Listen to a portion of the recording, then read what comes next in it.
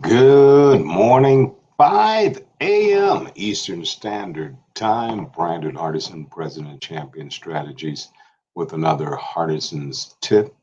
We do want to thank John Fairchild, who came in yesterday at noon for our live series to give you what's going on the service side and the automotive dealership. And today we're going to continue on. Next week, Wednesday at 12 noon, we have another special guest that will be dropping some tips to you. But for today, let's get right to it because I have to get to work and I knew you have to get to work. So let's talk about something that customers run into all the time, but we still have a frustration of doing it consistently, and that's giving a great product presentation walk around. Salespeople in general should know that a walk around isn't just a presentation. It's a chance to discover the customer's needs and turn your product or service features into a benefit that the consumer really wants, needs. Now, learning good selling techniques takes practice. Practice, if you ever watched any of my videos, we practice. We learn how to give a good walk around sales presentation because it's essential in the process. In other words, you spent time asking questions about their pains, needs, wants, desires. Your job with the product presentation walk around is to show them how your product, through a feature, advantage, or functionality benefit presentation, is going to alleviate that pain, is going to give them that pleasure point. That's your job when it comes to the road to the sale. I'm finding out so many dealerships, salespeople are not even doing a walk around anymore if they're doing.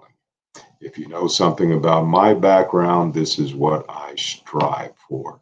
I work and perfect with organizations. I don't care how big, how small. I have award winners from Ford, from Lexus, from Volvo, that their people are number one in the country. As I speak right now to you, working with a group out of Atlanta, Georgia called Jim Ellis. They're number one in the nation in Volvo. They're number one in the nation in Porsche. They're number one in the nation when it comes to Audi for CPO walkarounds. Why do they sell more? Because we put emphasis on the presentation walkaround. So before we can attempt to do that, product knowledge is the thing. But if we don't get the managers to work with them, to practice any particular situation, and it's not that hard. Let me go back to it. If I ask the right questions, here's my ammunition when I present the walk around. I'm only going to talk about the things that the guests said that they're important to them. So, do I have to regurgitate and tell them everything on that footprint? No, just the things that they said were important to them. So, to do an excellent walk around, sales consultants need to remember the thing that the customer wants more to know about it. In other words, it's still about what's in it for me. So, other thing people says, well, how long should a walk around take?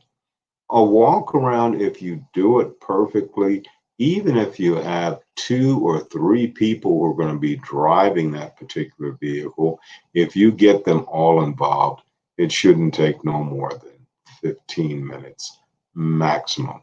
Now, are there going to be some things that may maneuver that? Yes, but here's the secret. The more you can get the customer or customers involved in the walk around and it takes longer, guess what? Bravo. They have purchased their vehicle. They seen that. Now, I don't know what you mean by that.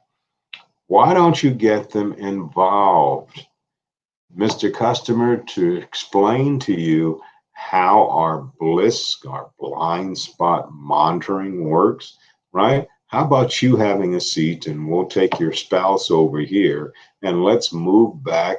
And with your peripheral vision, can you see now? That would be your blind spot. Now, some manufacturers, while the vehicle is still off, not moving at 5, 10 miles per hour, you can demonstrate some of the technology. Maybe on your phone fob, there's some technology.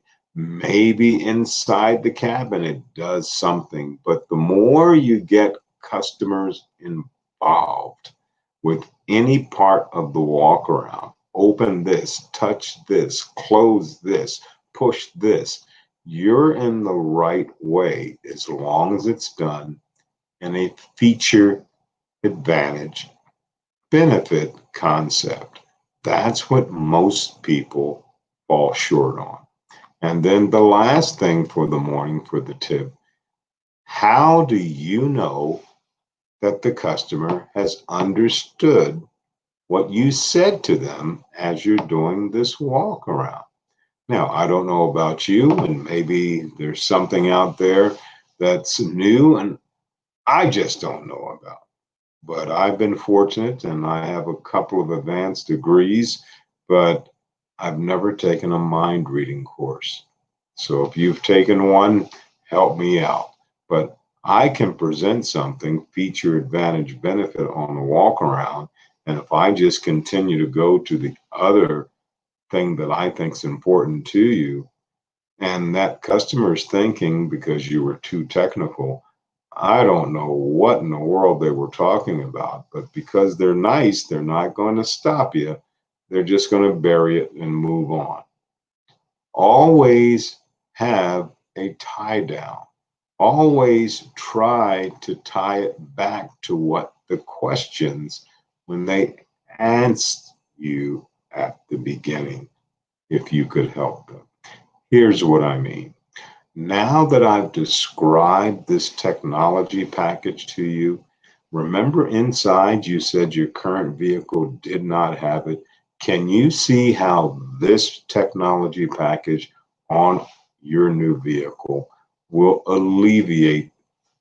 End it with a question. So now they can say, yes, I can see this is what I've been looking for. Or if they say, well, you know what, I still don't get it, it gives you another opportunity to explain that part of that walk around. Walk arounds are crucial. If you did not ask high gain questions, walk around doesn't make any sense. If you just wanted to throw them the keys and do a demo, you should have done that at the beginning. But if you're taking the time with the guest and sitting them down and asking high gain questions about their needs, their wants, their desires about their next purchase, please make sure when you bring the product, make sure they understand that this is how our product, your next product, is going to alleviate, overcome, give you that pleasure point. That is your job as a professional.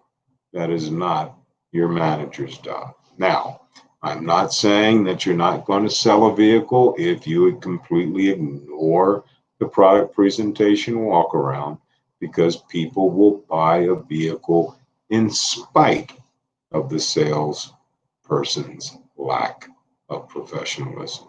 But if you value sell yourself, the dealership you work for, the manufacturer that you're representing, all of this puts you in good shape to earn more money. Well, we just get paid on flats. I'm talking about over the lifetime of this relationship with that guest. Repeat referral business. Now, if you don't understand what I mean and you don't stay in one place because you're always hopping around, well, that's a subject for another time. But Brad and Hardison, you got to get to work. I got to get ready to get to work. Thank you for stopping for today's edition of Hardison's Tips. I'll see you tomorrow at 5 a.m. And as always imparting, going out and making a champion.